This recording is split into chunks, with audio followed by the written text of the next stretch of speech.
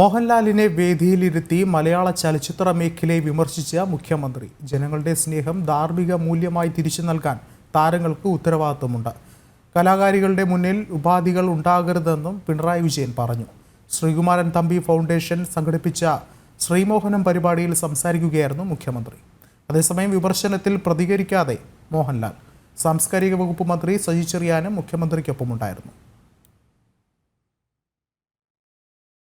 Sreekumaran Thampi foundation സംഘടിപ്പിച്ച ശ്രീമോഹനം പരിപാടിയായിരുന്നു വേദി. പുതിയ കാലത്തെ ഏറ്റവും ശക്തമായ മാധ്യമമായ ചലച്ചിത്ര മേഖലയിൽ മനസ്സുകളെ മലിനമാക്കുന്ന പ്രവർത്തികൾ ഉണ്ടാകരുതെന്ന് മുഖ്യമന്ത്രി പറഞ്ഞു. സ്ത്രീകൾക്ക് നിർഭയമായി കടന്നുവന്ന് അവരുടെ കഴിവ് തെളിയിക്കാനുള്ള എല്ലാ അവസരവും ലഭിക്കണം. കലാകാരികളുടെ മുന്നിൽ ഉപാധികളും കലേതരമായ ഒരു വ്യവസ്ഥയും വരുത്.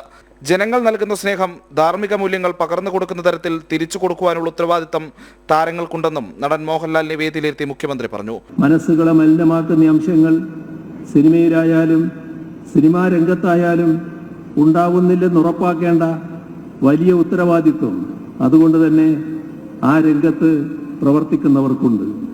ജനങ്ങൾ നൽകുന്ന വലിയ സ്നേഹവും അവർക്ക് ധാർമ്മിക മൂല്യങ്ങൾ പകർന്നു കൊടുക്കുന്ന തരത്തിൽ തിരിച്ചു കൊടുക്കാനുള്ള ചുമതലയും കടമയും ഉത്തരവാദിത്വവും ഉണ്ടെന്ന് അർത്ഥം. വിഷയത്തിൽ മൗനം പാലിച്ചായിരുന്നു മോഹൻലാലിന്റെ മറുപടി പ്രസംഗം. ചിലർക്കൊപ്പം ജീവിച്ചിരിക്കാനാവുക നമ്മുടെയൊക്കെ സുഹൃതമാണ് എന്ന് വിശ്വസിക്കുന്ന ഒരാളാണ് ഞാൻ.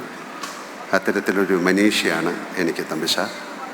1000 പൂർണ്ണചന്ദ്രന്മാരെ കാണാനാവുക എന്നത് ആയുസ്സിൻ്റെ പുണ്യമായിട്ടാണ് നാം കണക്കാക്കുന്നത്.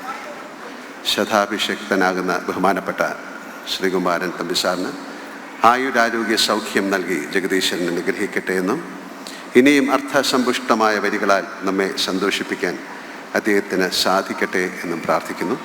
ചലച്ചിത്ര രംഗത്തെ സമഗ്ര സംഭാവനയ്ക്കുള്ള ശ്രീകുമാരൻ തമ്പി ഫൗണ്ടേഷൻ അവാർഡ് മുഖ്യമന്ത്രിയിൽ നിന്ന് മോഹൻലാൽ ഏറ്റുവാങ്ങി.